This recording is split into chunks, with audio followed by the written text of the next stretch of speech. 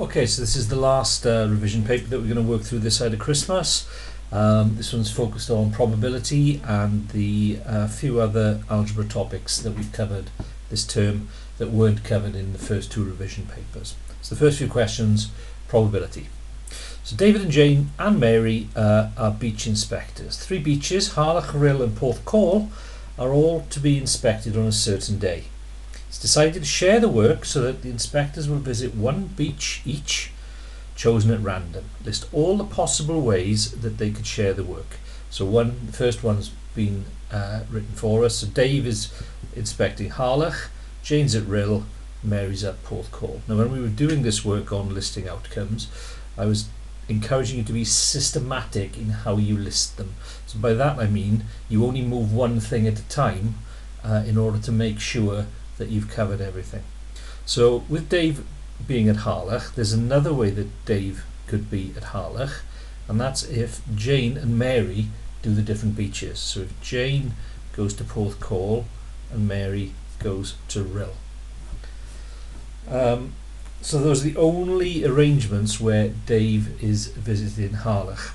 So then we change a different beach. So let's say that Dave goes to Porthcawl, and with Dave at Porthcawl, Jane could be at Rhyl, and Mary would then be at Harlech. And Dave could be at Porthcawl, Jane could be at Harlech, and Mary could be at Rhyl. That's exhausted Dave at Porthcawl, so the last arrangement for Dave would be if he went to Rhyl.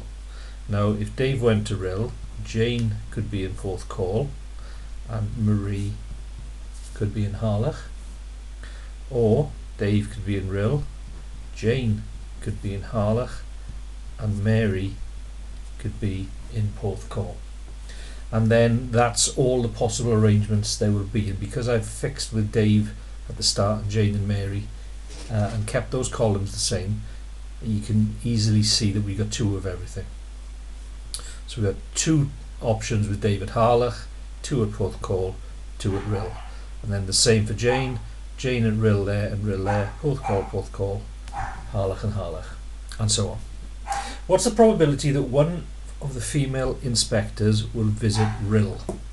So visiting Rhyl, there's a female inspector, there's a female inspector, there's a female inspector, and there's a female inspector.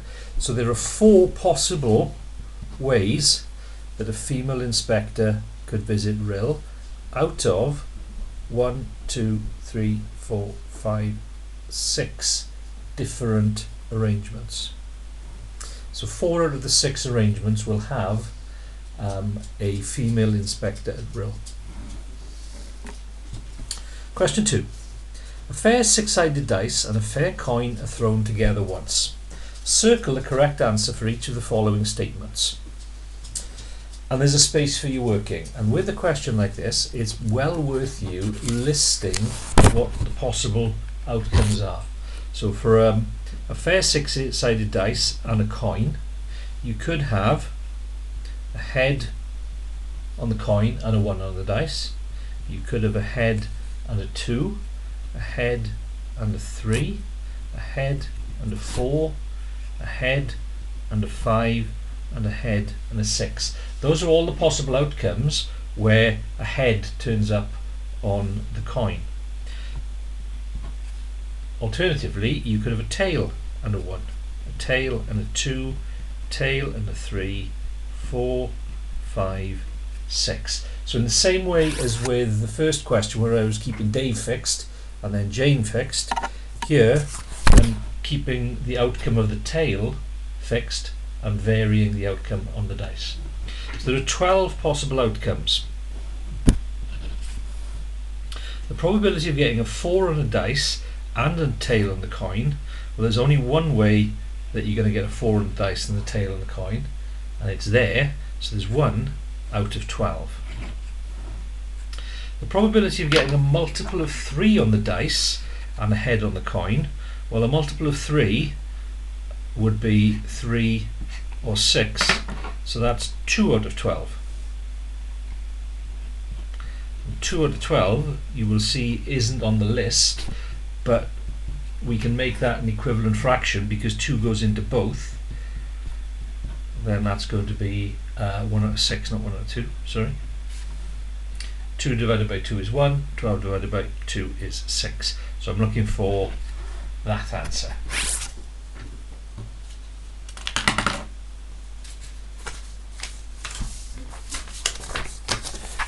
Question 3. Kerry is a set of cards. Each of her cards is labelled north, east, south or west. Kerry chooses one card at random from her set of cards. Complete the table below to find the probability of Kerry choosing a card labelled west. So there's only 4 possible outcomes, which is north, east, south or west. So the probabilities of those 4 must add up to 1. So to work out what is going to go there, we can add these 3 up, and you get 0.4, 0.6, 0.85. So that must be 0.15 in order to make those add up to 1. Kerry chooses one card at random from her set of cards. What is the probability that the card is labelled east or south? If you remember, when we're using the word or in probability, we add the probabilities. So probability east or south would be the probability east, which is 0.25, plus, the probability of south, which is 0.2. Add those together and you get 0.45. So that's O-ring. Sasha has an identical set of cards. Kerry and Sasha choose one card at random from their sets of cards. What's the probability they both choose a card labelled north? So that means north and this time north, and when we use the word and, we multiply. So that's going to be 0.4 times 0.4. 4 fours is 16. There's 2 numbers after the decimal point in the question, so there's going to be 2 digits after the decimal point in the answer. So that's going to be 0.16.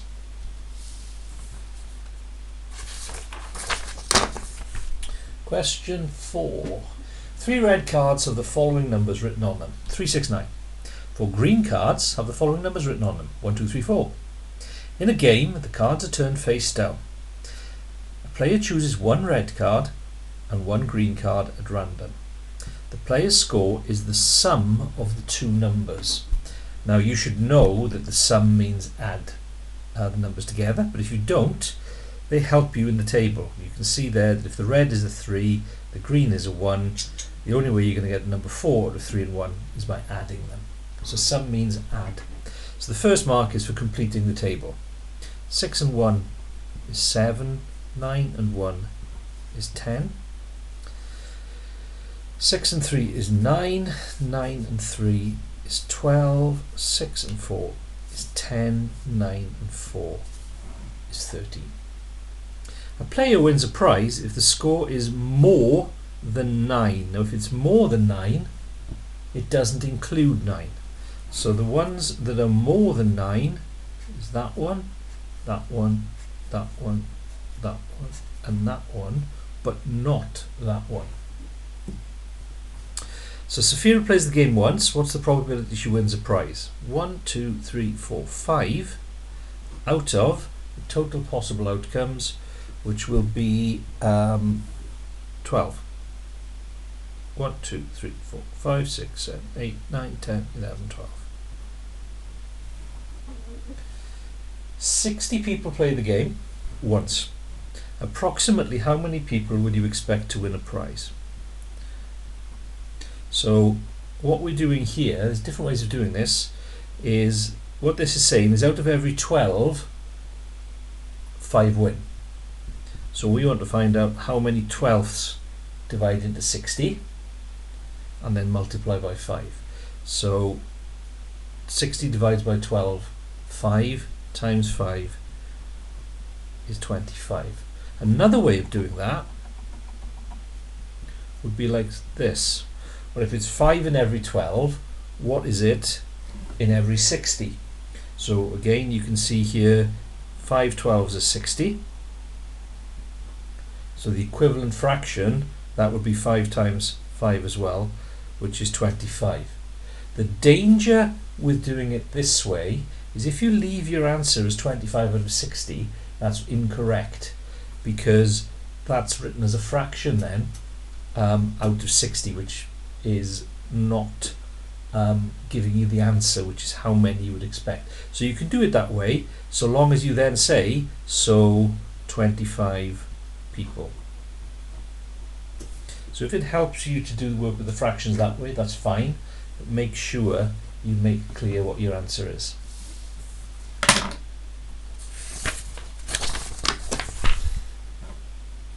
Okay, this is a tree diagram that was taken off a paper 2, a calculator allowed. All members of a farming club visited the Royal Welsh Agricultural Show. They all travelled to the show either by bus or by car. None of them visited the show on more than one day. The decision to travel by car or by bus was independent of the day of the visit. A member of the club was selected at random. The probability that this member travelled by bus was 0.87. Probability that this member visited the show on the first day was 2/3. Complete the tree diagram below. So the method of travel is the first pair of branches, and the only possible outcomes are bus or car. So these two probabilities have to add up to 1, which means that one is going to be 0.13. The same here, the only possible outcomes for the day of the visit is the first day or another day. So those two branches have to add up to 1, which means that that is a third, and that group is then repeated down here, so that is also a third. What is the probability that a member chosen at random was not one of those who travelled by bus on the first day of the show? So the way that the tree works is, as you move along, you're using the word and. Probability of travelling by bus and on the first day would be, when you're using the word and, you're multiplying, so you're going to be going 0.87 times 2.3. So probability bus and first day would be 0.87 times 2/3. So on your calculator you can type that in exactly as you see it. 0.87 times fraction button 2/3, and you get 0.58. So this one would be probability bus and other day. So B and O. Don't know why I've written it there, it should be there. This one is car and first. So C and F. And this one would be car and other.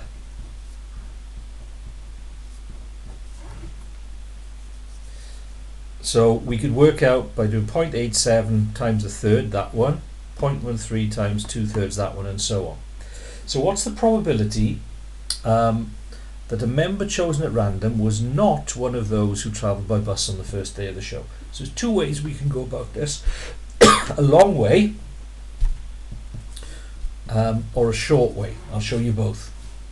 So the long way is if they weren't one of those travelling by bus on the first day, then that means they're going bus on another day.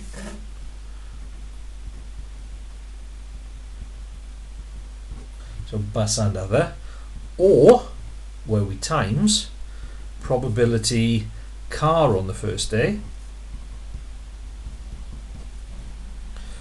or probability car other day.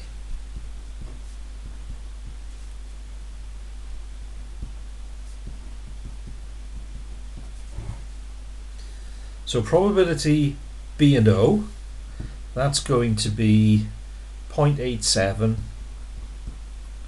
times a third, or car and first would be 0.13 times 2/3, or it would be 0.13 times 1/3. So let's plonk that on our calculator. Put all this on. There you go. So I can type it all in one go. Open bracket, 0.87 times 1/3, or open bracket, 0.13 times 2/3, or open bracket, 0.13 times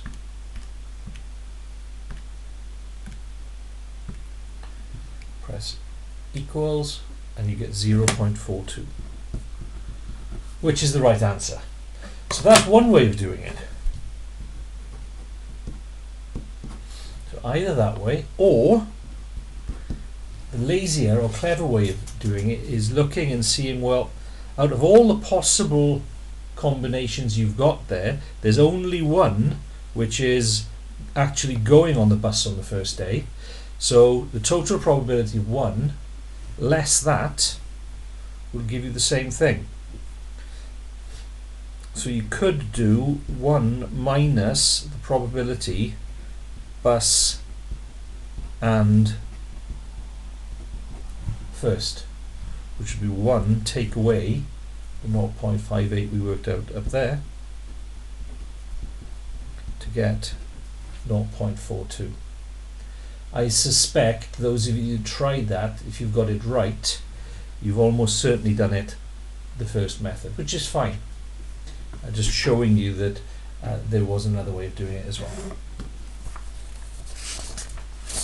So those are the probability practice questions. Then we've got a few little algebra things to go back to. The first one is to do with nth terms. So write down the nth term of the following sequence. So they're not asking you here what the next number is or how to describe what's happening. They want the rule which will take the position number 1, 2, 3, 4, do something to it, and out of that formula will then come the corresponding number that's in the sequence. So when we looked at this, the method that I was showing you to use was first of all look at the differences. The differences in this case are going up in ones. So that means it's a 1n rule. It's basically the 1 times table. But it isn't starting at 1, it's starting at 3. So it's being shifted along 2 spaces. So the nth term rule is n plus 2, or 1n plus 2, or plus 1n plus 2. So for example, if you wanted to find the value that's in the third position in the sequence, n would be 3. So you do 3 times 1 is 3, plus 2 gives you 5. The nth term of a different sequence is given by n squared plus 7. Write down the first 3 terms. So in the first term, n will be 1. So we've got 1 squared plus 7. 1 squared is 1, plus 7 equals 8. So the first term is 8. In the second term, which is the second number in the sequence, n will be 2. 2 squared plus 7. 2 squared is 4, plus 7. 4 plus 7 is 11. And finally, third term, n will be 3.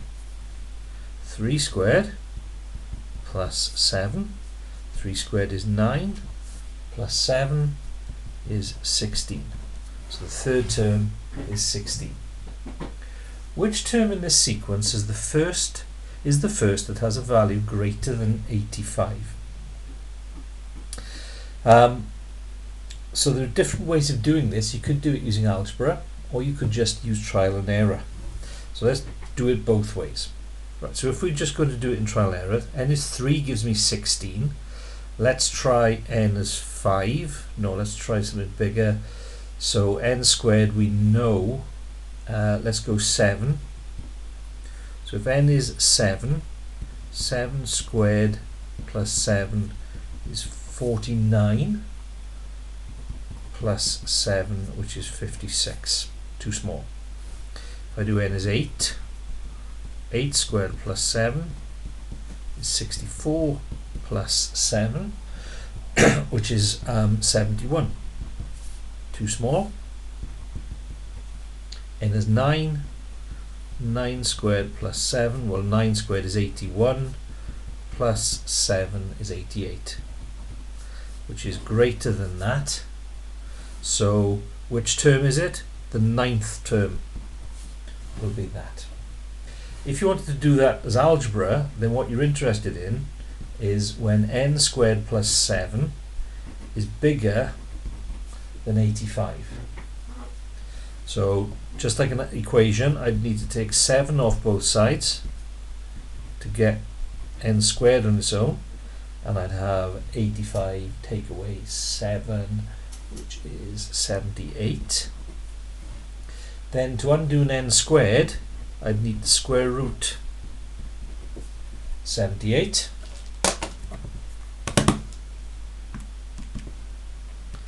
And I get 8.83. So n has got to be greater than 8.83. It's got to be a whole number because it's talking about a position. So n is 9, which is what we got out of our trial and error, or trial and improvement. Talking of trial and improvement, a solution to the equation 2x cubed minus 3x minus 17 equals 0 lies between 2 and 3. Use the method of trial and improvement to find the solution correct to one decimal place. So my answer is either going to be 2.0, 2.1, 2.2, 2.3,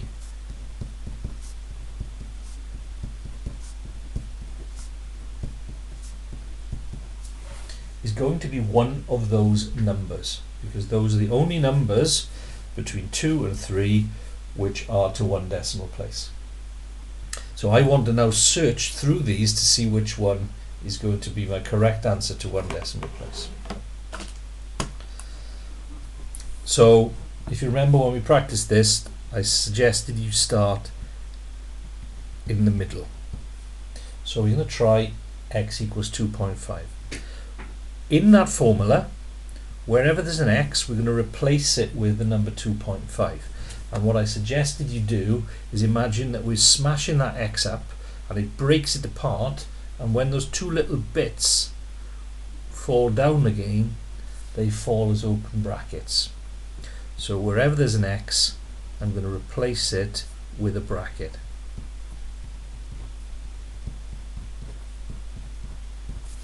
So that's what I need to evaluate on my calculator.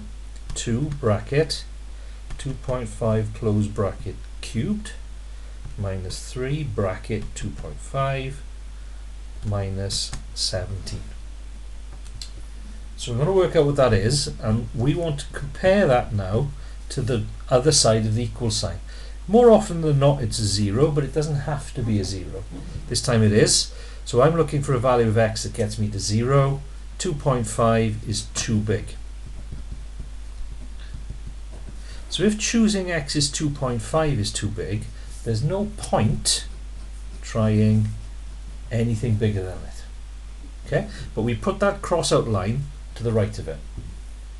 So I need to try one of those numbers now, and I'm going to go 2.3. Now on my calculator, I don't need to write that out again. I've shown the examiner there that I know how to do the substitution. Because I've used the brackets on my calculator, the easiest thing to do now is to move back up into your expression, into your formula, and change those 2.5s to 2.3s. You don't have to type out the whole thing again. You can just do that replacement. That's 0.434, which is still too big. It's positive. Okay, so I can put a line there, and there's no point me trying 2.4. So now I'm going to try 2.1. back up into my formula.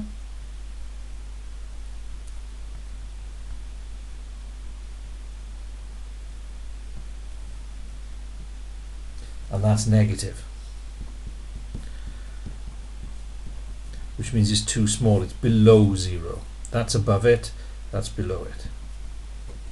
So 2.1 is too small, so there's no point me trying 2.0.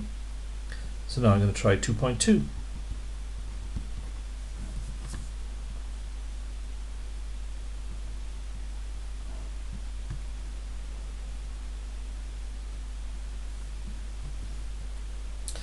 .2 is also negative, so that's too small. So anything to the left of 2.2 I could forget. Now I've got my search down to those two consecutive values, which means one of those is going to be my answer. So I can write that down. So either x equals 2.2 or 2.3 to 1 dp. So to decide which, you've got to go halfway between those. So it's like thinking, well, I've got to go halfway between 2.2 and 2.3, halfway between £2.20 and £2.30 would be £2.25. So x equals 2.25. So that's going to be there. So we're going to evaluate what that is now. Back in. Delete. 0.25.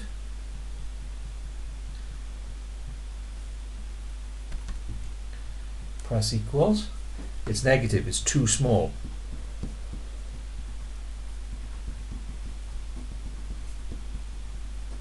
So if that's too small, that means that's too small, and that means everything between 2.25 and 2.3 rounds to one decimal place to 2.3. So x equals 2.3 to 1 dp. So to earn the marks, you have to perform your search. You have to show once that you're substituting incorrectly, and the examiner is looking for these outputs. So you have to write down what your calculator is telling you and what your decision is making. Once you get it down to this point where you've got a choice of two consecutive values, you're halfway there.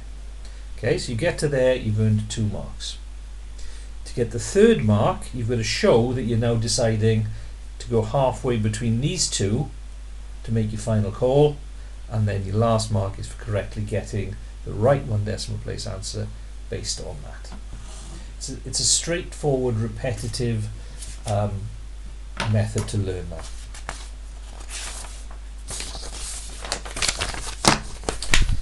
And then our last practice question is where we draw the graph.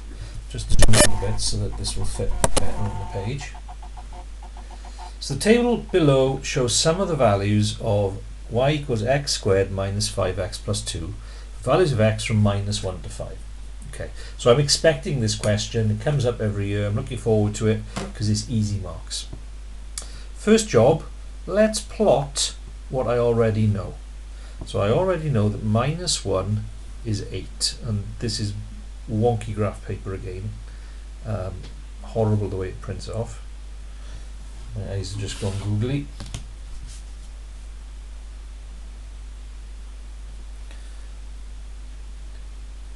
They don't have the extra dark line at each 10, so they may be slightly off. 0 is 2, right, that's an easy one. 1 is minus 2. 2 is minus 4. 3 we don't know yet. 4 is minus 2. And 5 is 2. So the graph paper on the real exam will be much easier to use than that. So when we practice this, I told you you're either going to have a smiley face, which 9 times out of 10 you will, or you may more rarely have a sad one. So this is going to be smiley, which means the missing coordinate is going to be down here somewhere, So when I work out what that is, I'm looking for something around -3 probably. So by doing that, it means that when you come to do this without a calculator, you know you'll get the right answer, or expect to get the right answer. So just like with trial and improvement, I'm smashing that x open so it becomes brackets, which I'm going to replace with a 3. 3 squared is 9. When you're multiplying out a bracket, getting rid of a bracket, you're multiplying. So 5 3s are 15. That's negative, that's positive. Signs are different. Or minus times a plus, the answer is negative. So you've got 9 minus 15, which is minus 6, plus 2, which is minus 4. So the minus 3 is going to be minus 4 as well. You need to join these up with a smooth curve, that's important. If you join them with a ruler, you won't get the marks.